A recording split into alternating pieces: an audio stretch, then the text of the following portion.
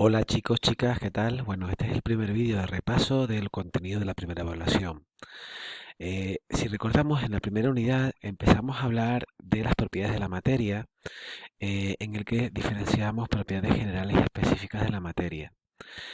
Cuando hablamos de propiedades generales, estamos hablando en concreto de aquellas que nos permiten identificar qué es materia y qué no es materia, ¿vale? Para eso sirven las propiedades generales.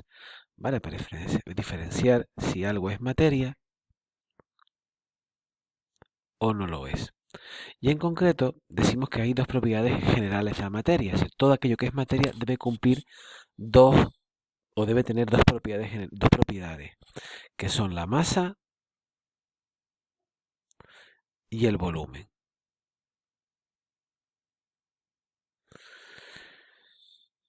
Por otro lado, tenemos otro grupo de propiedades, que son las llamadas propiedades específicas de la materia, que nos permiten identificar los diferentes tipos de materiales existentes, ¿vale? Es decir, nos permite diferenciar, pues, el aluminio del hierro, el hierro del cobre o la madera del plástico, ¿vale? Eso serían las propiedades específicas, ¿vale? Permiten diferenciar tipos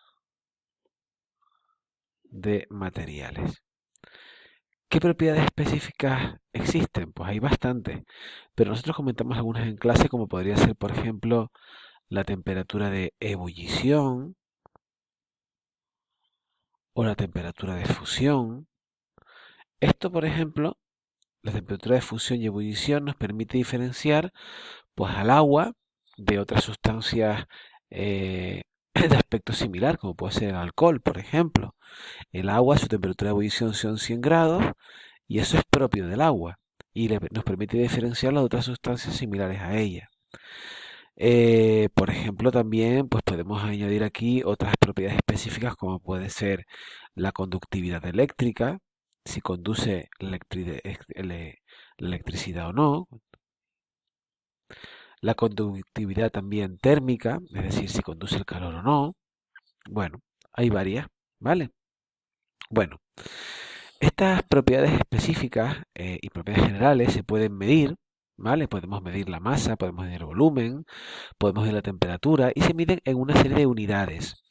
Esas unidades que vimos al principio del curso se miden, bueno, tenemos diferentes tipos de unidades según la propiedad que estemos midiendo.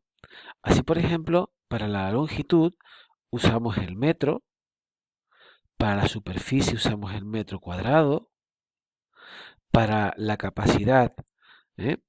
usamos el metro cúbico y para el volumen usamos el litro. Bien, una cosa importante que teníamos que saber y que tienen que aprenderse ustedes es la transformación de las diversas magnitudes, ¿no? La escala de magnitudes, pasar, por ejemplo, pues desde los decímetros a, por ejemplo, metros o al revés. Igualmente aquí, pasar, por ejemplo, a lo mejor de metros cuadrados a hectómetros cuadrados, ¿vale? Recuerdan todo eso que vimos en clase. Bueno, aquí les he puesto este dibujo o esta fotografía, lo que llamamos la escalera multiuso, que nos sirve de recordatorio. Fíjense, recuerden las unidades, el orden. Unidad, metro, litro, gramo, lo que fuera, y hacia arriba, deca, metro, decalitro, decagramo, lo que fuera. Hecto, luego kilo, y hacia abajo, deci, centi y mili. Lo mismo. Si estamos hablando del metro, pues decímetro, centímetro, milímetro. Si hablamos del litro, decilitro, centilitro, mililitro. Cuando subimos, cuando vamos a hacer una transformación subiendo la escalera, pasando hacia unidades de magnitudes superiores, vamos siempre a dividir. Y cuando vamos a bajar la escalera, vamos a multiplicar. En eso recuerden ustedes que es lo que siempre les digo. Piensen que es más sencillo si bajar o subir la escalera. ¿Vale? Pues como un poquito más complicado se nos hace subir la escalera, también es un poquito más complicado para muchos de ustedes dividir más que multiplicar, ¿vale? Bueno, más cosas a recordar de este tema. Bien, cuando hablamos de longitud, cada salto, cada cambio de unidad era por 10. Cuando hablamos de superficie, cada salto de estos que les he dibujado aquí es por 100. Bueno, o entre 100, ¿no? ¿Vale? Si hablamos de capacidades, de metros cúbicos, hablamos de cada salto sería por o entre 1000. Y cuando hablamos de litros, pues por o entre 10. Si hablamos de gramos, que no se les he puesto aquí, también es por o entre 10, pero si ustedes lo saben de primaria, ¿vale?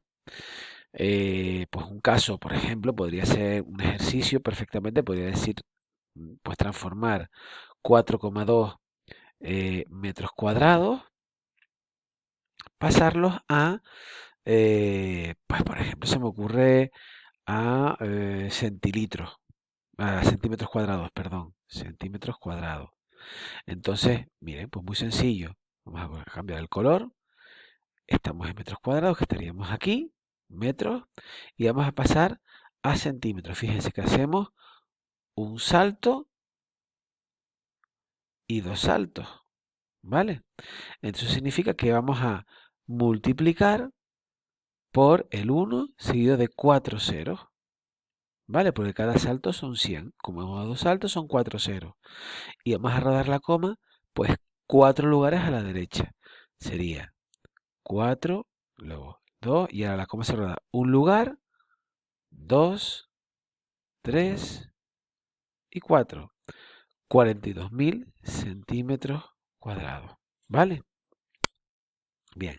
Una cosita que les he puesto aquí, importante de recordar, es que hay una relación entre capacidad y volumen. ¿Vale? Recuerden que para transformar o relacionar el volumen con la capacidad o al revés, siempre tendremos un litro que es un decímetro cúbico. Aquí de todas maneras también lo tienen relacionado y explicado. ¿Vale? Pero esto me refiero, por ejemplo, un ejemplo de esto podría ser, imagínense que hay un ejercicio que nos pide que calculemos cuántos pues decímetros cúbicos, por ejemplo, o cuántos metros cúbicos son 4 litros. ¿Vale? Si yo sé ya que cada litro es un decímetro cúbico, yo sé que 4 litros son 4 decímetros cúbicos. Con lo cual, ahora lo que tengo que hacer es pasar los 4 decímetros cúbicos a metros cúbicos. ¿Cómo lo hago? Volvemos otra vez aquí. Estamos en decímetros. Vamos a subir un escalón a la unidad, al metro cúbico. Es decir, vamos a dividir. Dividimos entre 1000, ¿vale? Porque cada salto en las unidades de capacidad son 3 ceros. Y entonces vamos a rodar la coma 3 lugares a la izquierda, ¿vale? Es decir, sería el 4, un lugar, ¿no? 0, otro lugar, 0, otro lugar, y pondremos la coma aquí. 0,004 metros cúbicos, ¿vale? Bueno, una magnitud que hablamos en clase y nos paramos un poco en ella es la magnitud derivada de la densidad. ¿Qué es una magnitud derivada? Bueno, pues una magnitud derivada es el resultado de combinar dos magnitudes. En concreto, cuando hablamos de la densidad, estamos combinando, vamos a ver aquí, combinar dos magnitudes, y en la densidad lo que estamos haciendo es estudiando la relación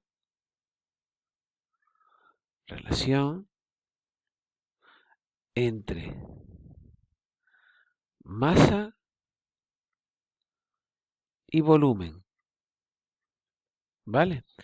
Es decir, esto lo vamos a representar con la siguiente fórmula. Densidad es igual a la masa partido entre el volumen.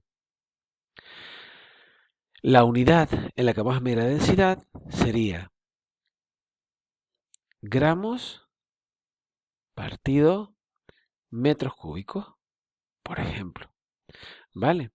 Aunque hay otras variantes en las que nos hablan de kilogramos metros cúbicos o gramos centímetros cúbicos, ¿vale? Pero bueno, en este caso, por ejemplo, podemos medirlo en gramos metros cúbicos, ¿vale? Es decir, que la densidad de un objeto puede ser, por ejemplo, 4,3 gramos por metro cúbico, ¿no? Esto, la densidad, es una propiedad específica, ¿m? Porque es propia de cada material. La densidad de la madera es una en concreto, la densidad del agua es otra, la densidad del aceite es otra. ¿Vale? Lo que pasa es que en este caso no hablamos de magnitudes con una unidad sencilla como el metro o como el gramo, sino una unidad resultado de combinar otra serie de magnitudes, como es en este caso la masa y el volumen. ¿Vale? Bueno, pues este es el repaso de las propiedades generales y específicas de la materia y del cambio de unidades. Recuerden que para el examen deberán ustedes saber diferenciar propiedades generales y específicas, deberán conocer qué es la densidad, o sea, saberse la fórmula de la densidad y aplicarla en un problemita, y ser capaz de cambiar unidades de magnitudes, ¿vale? Bueno, pues lo dejamos en esto. Espero que hayan entendido lo que les está explicando. Repasen para el examen siguiente, ¿vale? Venga.